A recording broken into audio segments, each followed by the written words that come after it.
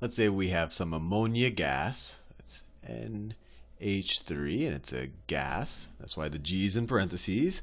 And we combine that with some oxygen, molecular oxygen. It's also a gas.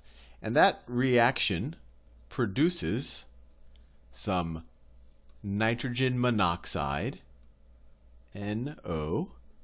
Monoxide, there's only one oxygen there. That's also a gas. This is also called nitric oxide, not to be confused with nitrous oxide, which is, alright, nitrous oxide is N2O. This is laughing gas. But anyway, I don't want to divert you too much. We have to focus on the problem. So this is nitric oxide, or nitrogen monoxide. It's a pollutant. I think it comes out of some cigarette smokes. I think it's used in the body as well. You could look it up on the internet. Nitric oxide. Ammonia is an important fertilizer. You know all about oxygen. And this also yields some water. So plus some H2O. And we're told that we're given 34 grams of ammonia. This is the ammonia right there. So 34 grams of ammonia. And we're given 32 grams of oxygen. 32 grams of oxygen. And this is going to be the oxygen molecule. O2. So the question is how many grams of nitrogen monoxide or the nitric oxide are going to be produced? So how much of the NO, just the NO, is going to be produced in grams, NO? So this is a stoichiometry problem. And so the important thing first is to just make sure we have a balanced equation before we even start anything. And lo and behold, we don't have a balanced equation. Let's confirm that it's not balanced. So let's see, we have one nitrogen here. We have one nitrogen there. That looks balanced so far. We have 3 hydrogens here. And remember, the pattern is start with the complicated stuff, leave the single atom molecules for last, because those you can fix at the end without messing anything else up. Hydrogen, we have 3 hydrogens on the left-hand side.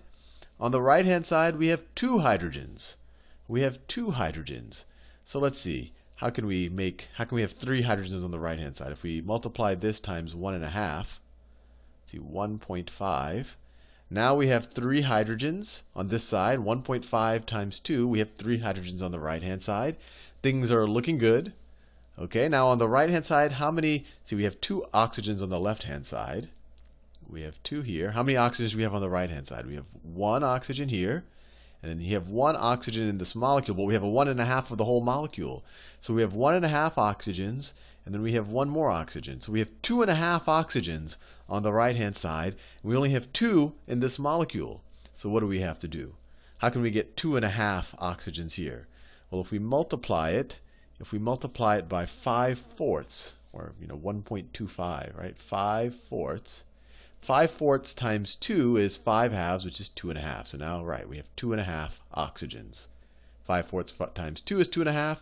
1 plus 1.5 is also 2.5. So now we've balanced our, well, we're not balanced yet. We can't leave this equation with just these weird decimal numbers over there. So let's rewrite it. Let's multiply the entire equation by, if we wanted to get rid of all of these, we can multiply the entire equation by 2.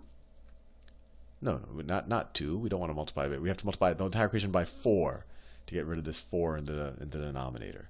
So we multiply the entire equation by 4. We have, let me do it down here. We have 4 molecules of ammonia.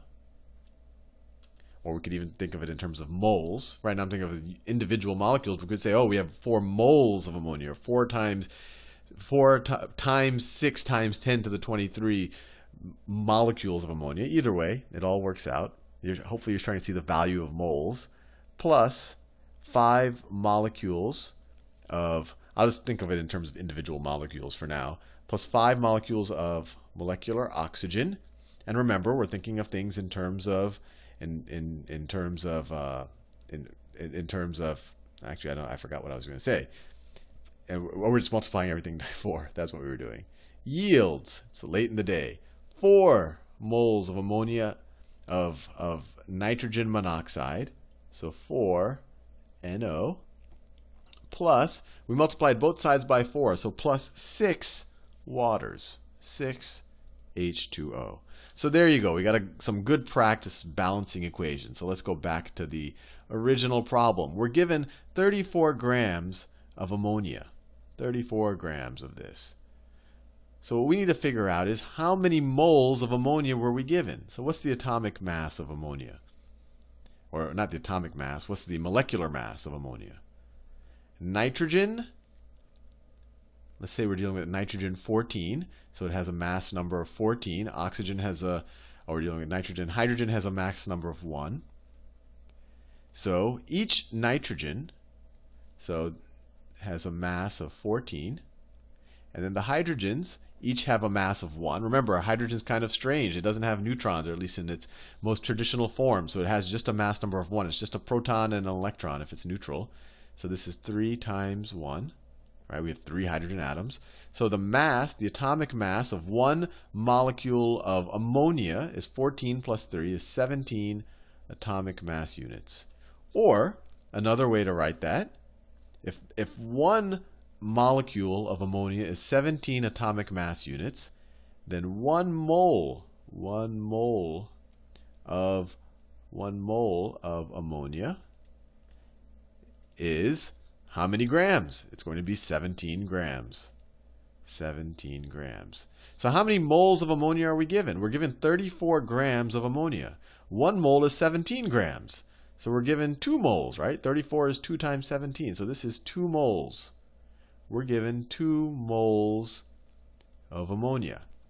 Let's see how much oxygen we're given, or how much of the molecular oxygen we've been given in this case. So let's see. The mass of just oxygen by itself is 16, right? The mass of just oxygen, just the atomic oxygen. It's careful. You have to be a little bit careful here, because sometimes people say, "Oh, we have 32 grams of oxygen," where they're really talking about the molecular oxygen, right? Well, I guess it doesn't matter either way, but sometimes when they talk about oxygen, you have to make sure whether it's molecular or atomic oxygen. But the atomic mass number of oxygen is 16. And we can confirm that looking at the periodic table down here. 16. So what's the molecular mass of the diatomic molecule O2? Well, it has 2 oxygens, so it's going to be 2 times 16. It equals 32 atomic mass units. 1 molecule of O2 is 32 atomic mass units, or 1 mole of O2 is how many grams? Well, if one molecule is 32 atomic mass units, then 6 times 10 to the 23 of that molecule are going to be that many grams. 32 grams. So how many moles of oxygen have we been given? We've been given exactly 32 grams of oxygen, which is exactly 1 mole. So we've been given 34 grams of ammonia, which is 2 moles. So let me write that in a nice, vibrant color. So we've been given 2 moles of NH3 of ammonia, and we've been given 1 mole of the oxygen molecule. Now, when we look at this reaction, for every 4 moles of ammonia, we need 5 moles of oxygen. Or for every 5 moles of oxygen, we need 4 moles of ammonia. So something doesn't gel here. Normally we need more moles of oxygen than we have ammonia. In the example that we're working through, we've been given less moles of oxygen than ammonia. We've been given less oxygen than we need for all of this ammonia, right? In an ideal world, if we had 2 moles of ammonia, we would need 2.5 moles of oxygen, right? The ratio of ammonia to oxygen, let me write that down. The ratio, in a different color, this is getting boring. The ratio of ammonia, NH3, to oxygen in our balanced equation, let me put that in the square so you know this is the most important part of what I'm writing. The ratio in this reaction is 4 to 5, right? So if I'm given 2 moles of ammonia, if I'm given 2 moles of this, so this is equal to what? If I'm given 2 moles of ammonia, how many moles of oxygen do I need? I need 2.5 moles of oxygen, right? Whatever this is that right? Yeah, 4/5, right? 1.25, right? Right. If you doubled both of these numbers, you get 4 over 5, right? So I need 2.5 moles, but I don't have 2.5 moles of oxygen. I only have 1 mole of oxygen. So oxygen is going to be the limiting reagent in this reaction.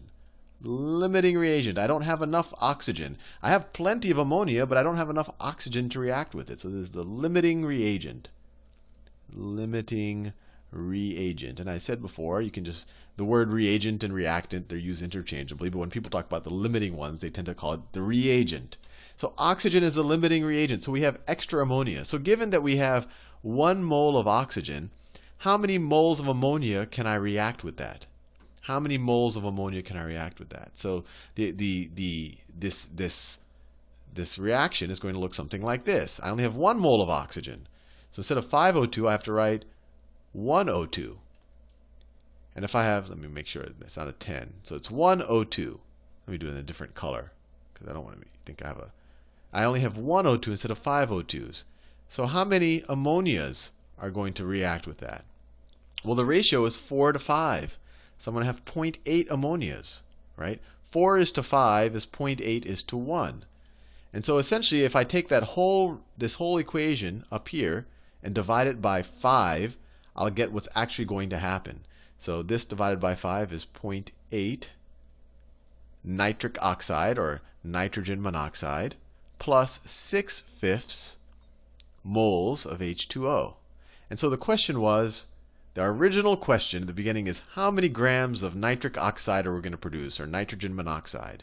So how many grams are we going to produce? So we have 1 mole of oxygen, 0.8 moles of ammonia, and we're going to produce 0.8 moles of nitrogen oxide, or not, sorry, of nitrogen monoxide, right? Because we only have 1 oxygen.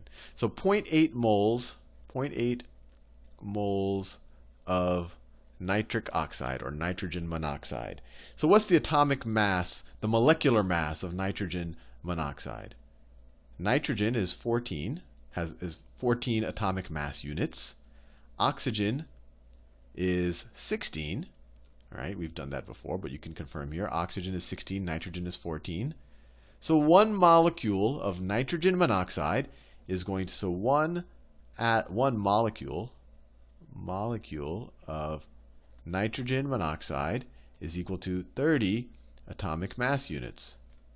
1 mole, or 6.02 times 10 to the 23 molecules of nitrogen oxide, therefore, will be 30 grams. And how many moles are we producing in this reaction? Because oxygen was the limiting reagent, we only had 1 mole of oxygen here. Because of that, we can only produce 0.8 moles of nitrogen monoxide. So 0.8 moles of nitrogen monoxide. 1 mole is 30 grams. So 0.8 moles of NO is going to be equal to 0.8 times 30, which is equal to 24 grams. 24 grams. So we're going to be able to produce 24 grams of nitrogen monoxide. And so you might ask the question, look, we're only using 0.8 moles of ammonia. We were given, in the original problem, we were given 2 moles of ammonia. We were given 2 moles of ammonia. So what happens with all the leftover ammonia? Well, assuming we mix it really good, we're going to literally end up with 1.2 moles of ammonia just doing nothing at the end. So we're going to end up with, so we're going to have 24 grams of nitric oxide, and then we used 0.8 moles of ammonia, and we're going to have left 1.2 moles of ammonia. And if you want, you can figure out how many of the original grams of ammonia that is. You just figure out how many grams 1 mole of ammonia is. It's 17 grams, and then just multiply that times 1.2. Anyway, hope you found that interesting. If you found this a little bit confusing, just watch the video again and pause it and try to solve it yourself. But I think it should start making a little bit of intuitive sense. I think the hard part is just the conversions between moles and grams and getting that part right, and then making sure that you understand the ratios. And you understand, hey, this is a 4 to 5 ratio. There's always going to be less ammonia than oxygen. If I only have 1 mole of oxygen, I'm going to have less than 1 mole of ammonia, even though I was given 2. So oxygen in this example was the rate limiting factor. If I had, let's say I had, I don't know, let's say I had 10 moles of oxygen and 2 moles of ammonia. In that case, ammonia would have been the rate limiting factor, because then I would have had more than enough oxygen. Because for 2 moles of ammonia, I only need 2.5 moles of oxygen. So at 10 moles would have been overkill. Anyway, see you in the next